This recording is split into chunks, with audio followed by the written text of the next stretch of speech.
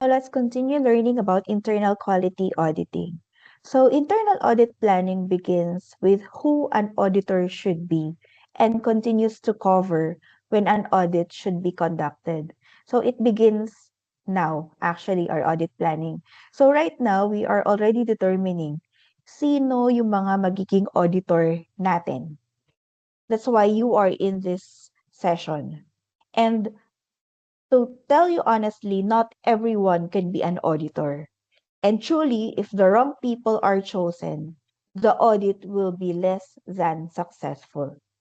So the process is tedious and we will be following a structured process and we will be investing a lot of time, effort, and resources in order for this internal quality audit cycle to be successful.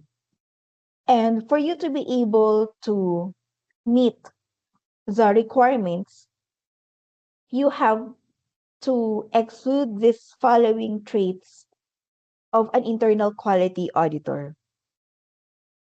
So, one is ethical conduct.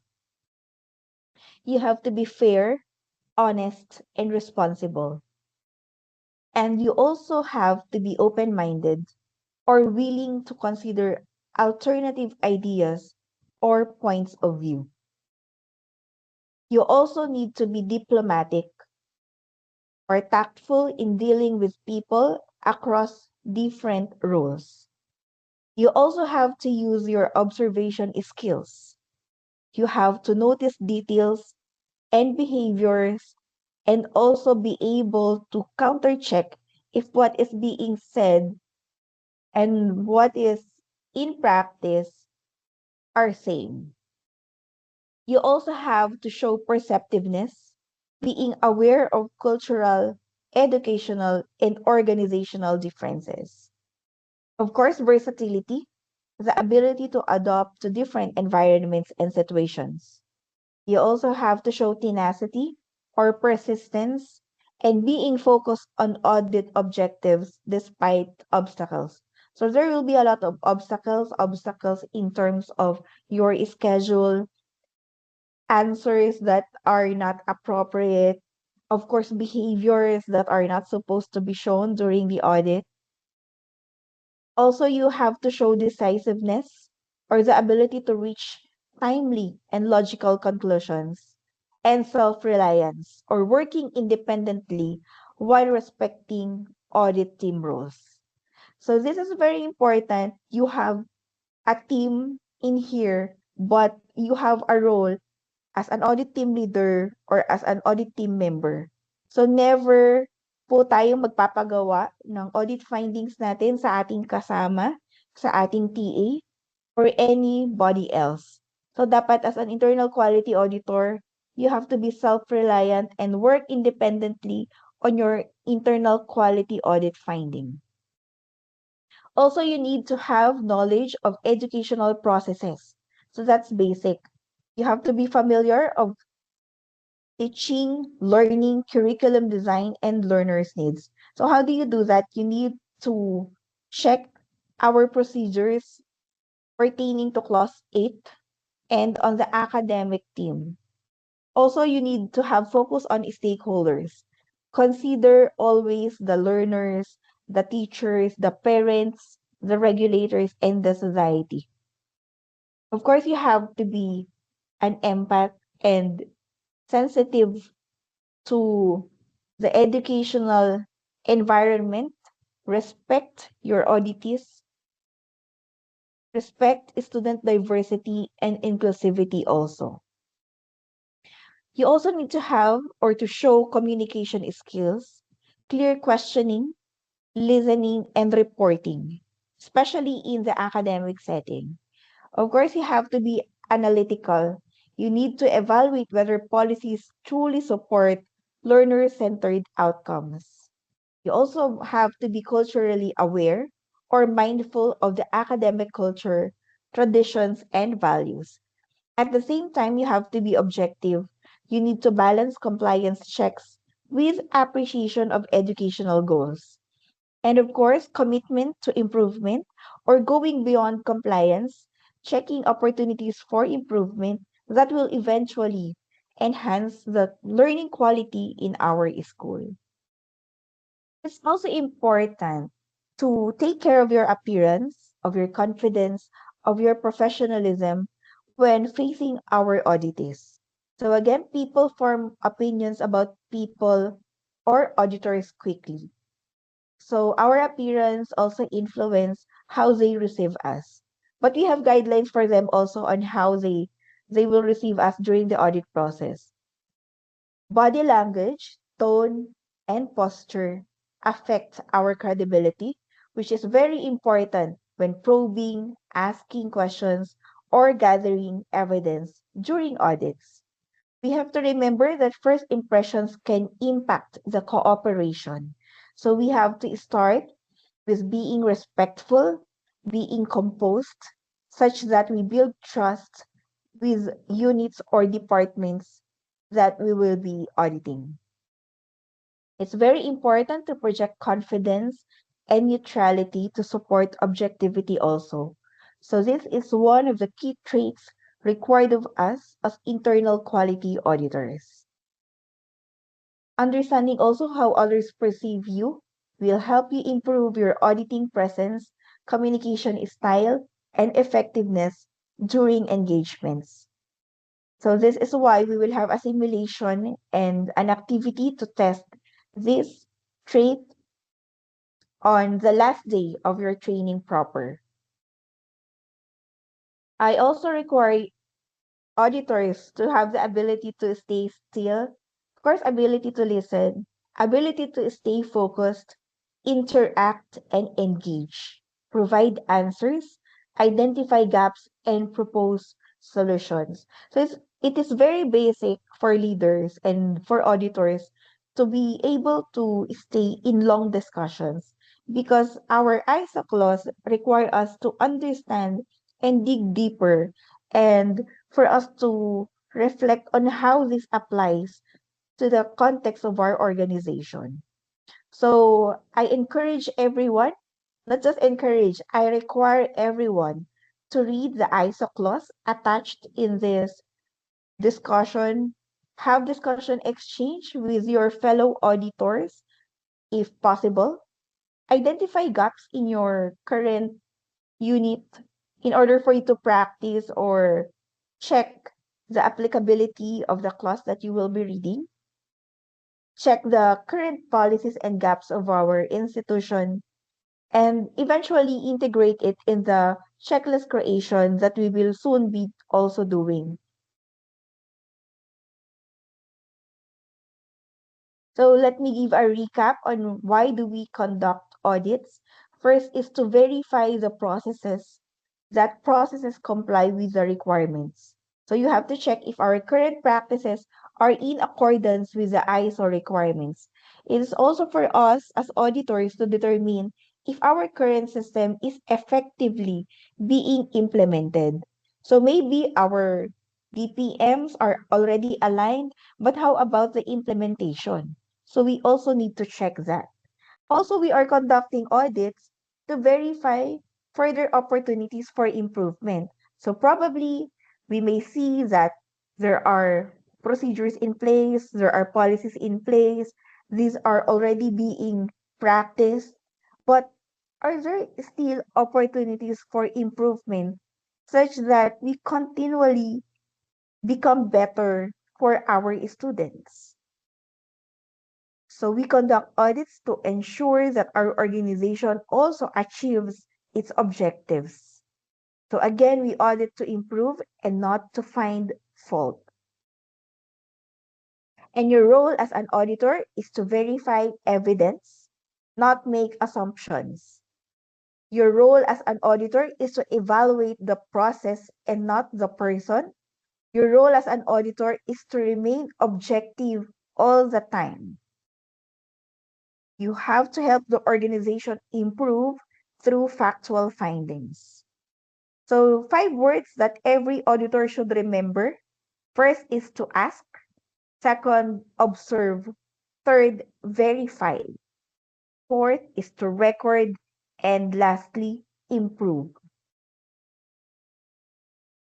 To be very honest, we need brave souls to join us in this audit team. Why? Because we will be calling out the elephant in the room. What is this elephant in the room? Things that we all see, things that we are all aware of, but we often ignore. Why do we ignore this? Probably by choice or by habit. Probably because we do not want to offend our fellow workers. Or probably because we do not have the time to actually help improve the system. So, in essence, there is this joke every time we conduct audits. We do not actually, more than the stipends or honorarium, we need bulletproof vests because we will be calling out people who think that they are doing their jobs very well in their own perspective, of course. And using our lens, ISO lens, there will be chances that people will be or will get offended. That's why the internal quality auditor traits should be in our minds while we execute the audit process.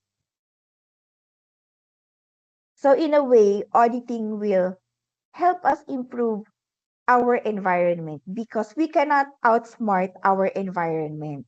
So, no matter how skilled, no matter how clever or resourceful you are as an individual, you are still and will be limited by the conditions, systems, or culture around you.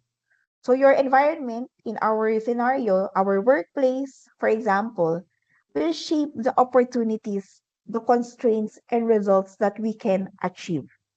So, if our environment right now is weak or poorly structured, our individual brilliance alone will not be enough for lasting success. That will not be enough for our engagement or satisfaction. So, if our processes in this school are weak, unmonitored, or inconsistent, our success or satisfaction with our environment will be limited.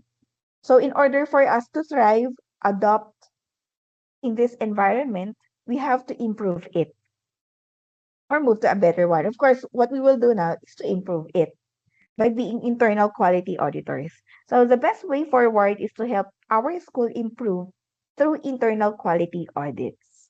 Earlier that right now we are in the planning part and the entire internal quality auditing process involves planning, preparation, performance, and the report or follow up and close out meetings. So this will be a long process and it will eat up at least 30 days or 30 calendar days of our time. So right now we are still in the planning session and that involves the preparation of the audit program which the lead auditor will be creating. So that's Engineer Kevin Diag in our organization. Preparation of audit plan. And then after you undergo this session, we'll be selecting the auditors and then we'll be finalizing who goes to the last step of training as auditors. And then we'll enter the stage of preparation. So we'll be already giving you your appointment letters as internal quality auditors. And then we'll give you time to review the documents, the ISO 21001 document, ISO 19011, the procedures of each unit, the CHED memo circulars, and other relevant documents. And then we'll also give you time to prepare your audit checklist. You'll also know if you will be assigned as an audit team leader or an audit team member. And then you'll be preparing your audit checklist. And then we'll be having the pre-planning session wherein you will be informed of your team members and the units that you will be auditing.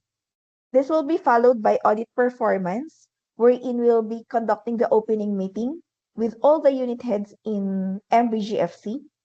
Will be This will be followed immediately by the audit proper.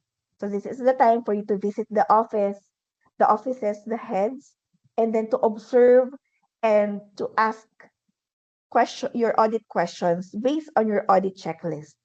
And you also have to conduct the closing meeting before leaving the premises of the auditing. And lastly, we'll do the review, follow up, verify, and close out. So after an agreed date, you'll go back to your auditees and then do the follow up of their responses and their implementation and verify the effectiveness of their solutions. So this is the entire process that we will be conducting in MVGFC. Performance involves three basic tasks. It begins with the opening meeting, the actual auditing, and the conduct of a closing meeting. So the opening meeting is introducing the team members, informing the unit head of the intent of the audit and of the scope, and then finally conducting the actual auditing, observing, conducting interviews, and of course, the closing meeting wherein you will give a preliminary or an overview of what you have seen during the audit. It's also the time for you to ask them as to the time they will be vacant and for you to be able to go back to them and conduct a follow-up audit. These are the principles of auditing: integrity, fair presentation, due professional care, confidentiality, independence, evidence-based approach. So what are the benefits of doing auditing aside from those that I have shared earlier? Auditing reveals us the real environment where we are in. Audits help us see the true state of our systems, our processes, and our compliance. And in turn, if we know the reality, we'll be able to fix systemic barriers. So we'll be able to uncover gaps and inefficiencies that no individual effort alone can overcome. It also gives us room to be sustainable. So with strong systems, our personal talent and hard work can multiply in effect rather than being wasted fighting the same issues over and over again. So we will be having a shift from merely coping to improving our systems. So instead of trying to outsmart the flaws in our system, finding shortcuts, doing band-aid solutions, working around problems, audits help us address the root cause such that everyone benefits and such that our organization becomes sustainable and such that our learners will be happy with our service. So let me share with you frequently asked questions from new auditors. First is, what if they cannot answer my question? So you can ask another responsible person or request supporting records. Do not immediately conclude that there is a non-conformity. Next question, what if there is no documented evidence? So if the requirement calls for a documented information and none exists, this may be a non-conformity provided that you have an objective evidence. Next, can I tell them how to fix the issue? No. Auditors identify findings, but the auditee determines the correction and corrective actions. Why? It promotes accountability. At the same time, they cannot blame you for giving a recommendation. And of course, it's their role to correct, to provide corrections and corrective actions on their units' audit findings. Next question, what if I am unsure? So you have to ask more questions, review additional evidence, or consult your audit team leader. Do not ever guess. You may also consult with, of course, Engineer Kevin as our lead auditor and yours truly as your chairperson. Next question, can I rely only on interviews? Of course not. Interview responses should be confirmed. This should be verified by records, observations, or other objective evidence. Next question, what if they become defensive? Remain calm and professional. Explain that the audit evaluates the process and not the individual. Can I skip questions if everything looks okay? Of course not. You have to follow the audit plan and gather enough evidence before reaching a conclusion. Can I audit my own work? As mentioned, in the spirit of impartiality, no. Auditors should be independent and avoid auditing activities for which they are directly responsible. What if I find a good practice? Record it as a positive finding, recognizing its strengths. It encourages continual improvement, but make sure that this is beyond the minimum requirement of the mandate of the office or of the class. What if I find the problem? So what you need to do is confirm the applicable requirement, collect objective evidence, discuss it with the auditee, and document it clearly. You need to be part of the Coalition for Quality because we want you in the team.